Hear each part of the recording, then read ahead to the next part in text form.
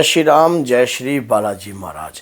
ऐसे कौन से 5 कार्य करने से आपको आपके देवता की शक्ति प्राप्त होने लग जाती है? मैं आज आपको बताऊंगा। अगर आप ये 5 कार्य अपने जीवन में आप इन कार्यों को अपना लेते हो तो आपको आपके इष्ट, आपके आराध्य की कृपा प्राप्त होएगी और कोई इसको रोक नहीं पाएगा।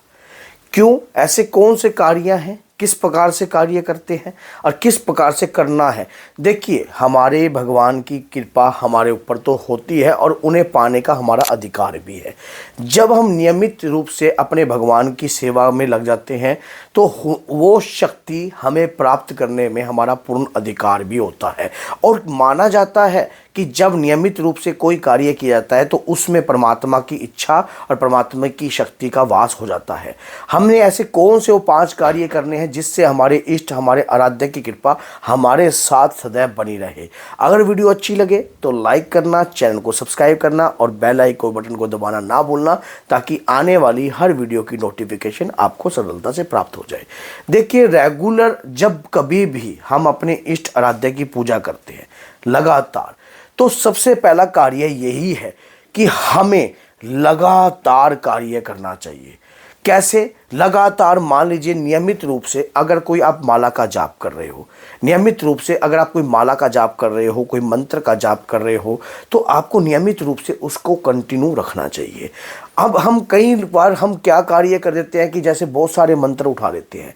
हम कहते हैं कि हमारे इष्ट तो हनुमान जी हैं, हम मंत्र जो जाप कर रहे हैं वो किसी और देवता का करने रहते हैं। यूट्यूब से मंत्र ले लेते हैं, किताबों से मंत्र ले लेते हैं, या कोई बता रहा होता है उनसे मंत्र ले लेते हैं। तो इससे आपकी इष्ट की कृपा आपको प्राप्त नहीं होती है, क्योंकि आप स्वयं ही डिस्टर्बेंस कर रहे हो।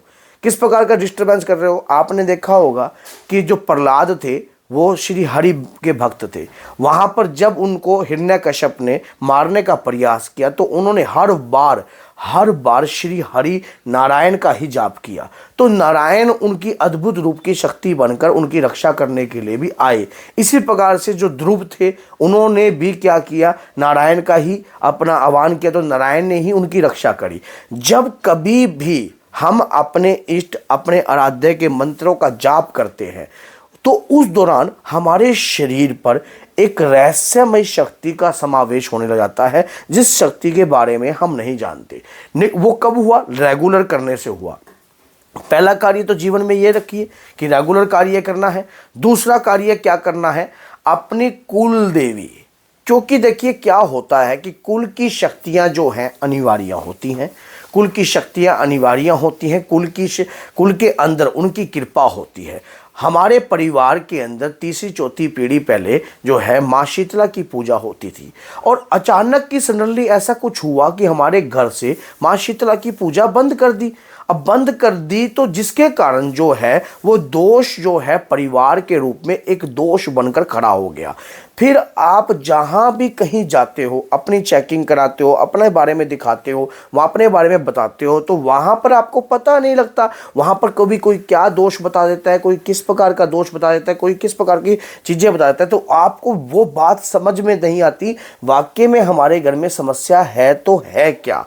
और जब कोई समस्या, जब तक वो समस्या हम समझते हैं तब तक तो हमारा आधे से ज़्यादा जीवन जो है निकल जाता है। तो इसलिए कुल की शक्ति को मनाकर कार्य करना चाहिए। कुल की शक्ति, कुल देवता, कुल देवी।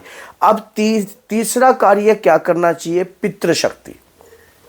हमारे परिवार में किसी ने मान लो देवता की आराधना करी हो, इष्ट देवता की आराधना करी हो, कुल देवता की आराधना करी हो। आप कई बार सुनते होंगे आपके परिवार में कोई संत है, कोई तपस्वी है या कुछ भी है, तो आप जब कभी अपने इष्ट की आराधना करते हो तो उनका भी ध्यान कर कर कि हमें सफलता प्राप्त हो। वो पितृ रूप में, देव पितृ रूप में आपकी रक्षा करें, आपके ऊपर किसी भी प्रकार की कोई समस्या ना खड़ी हो, और आप हमेशा उनका आदर मान जो है कभी भी, देखो घर के पितरों को कभी नहीं भूलना चाहिए, जो घर के देव पितर होते हैं। अगर घर के देव, आज प्रभु श्री राम जी की एक कहावत है, कहते हैं कि रघुकुल रीत सदा चली आई, प्राण जाए पर वचन ना जाए। अब भगवान श्री राम ने, आपको पता है कि रघुकुल रीत, मान लो रघु कौन थे? उनके खानदान से ही तो रघु थे। तो उन्होंने एक रीत चलाई थी, वचन देकर कभी वो पीछे नहीं हटते थे। तो उन्हीं की रीत से जो है कोई हमारे परिवार के अंदर भी कोई संत तपस्वी ऐसी शक्तियां होती हैं जो हमें हौसला देती हैं। और जब हम अपने इष्ट आराध्य की साधना करते हैं या प्रतिदिन उनकी पूजा करते हैं तो हमारे आत्मविश्वास भी मजबूत होकर चलता है। अब चौथा कार्य क्या है? अपनी माँ और पिता की सेवा। अपने माता पिता का आशीर्वाद लेकर ही आपको हर कार्य में आगे बढ़ना चाहिए, क्योंकि एक माँ बाप इस धरती पर भगवान है आपके, जो आपसे अपने से ऊपर आपको चाहते हैं। आप तरक्की करो, आपके ऊपर कृपा बरसे, आपके ऊपर आप खूब तरक्की कर दो, खूब सारा धन कमाओ। मान लीजिए आपका जो पिताजी एक अच्छे रैंक पे था, तो वो अपने पुत्र को ये चाहता कि ये मुझसे ऊपर जाए। लेकिन आज इस भली कलयुग के अंदर कोई भी ऐसा शख्स नहीं है जो आपको अपने जिसके साथ आप रहते हो और वो चाहता हो कि आप खूब तरक्की कर लो। एक माँ बाप ही जो धरती के ऐसे भगवान और ऐसे देवता हैं जिनके प्रति जो है आप कार्य करते हो तो आपको सफलता प्राप्त होती है। पांचवा सबसे बड़ा कार्य कर्म।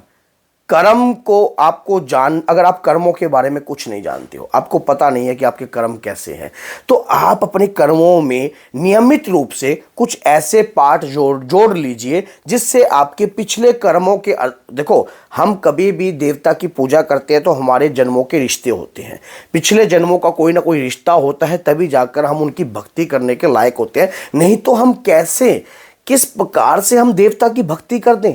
हमारा क्या अधिकार है? हम कैसे कर सकते हैं? देवता की कृपा होती है आपके साथ, तब जाकर जी ऐसी कृपा आपको प्राप्त होती है। अब अपने नियमित रूप के दैनिक जीवन के अंदर एक पाठ को और जोड़ना है। क्या पाठ है?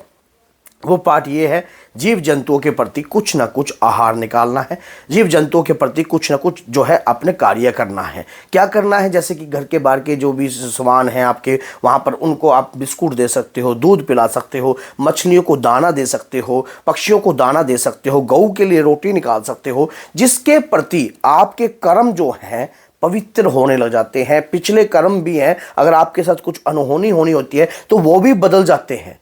अब उसके दौरान क्या होता है कि जब ये इस प्रकार के गुण आप में उत्पन्न होने लगते हैं, आपके इष्ट देव आपसे शीघ्र प्रसन्न होते हैं। क्यों?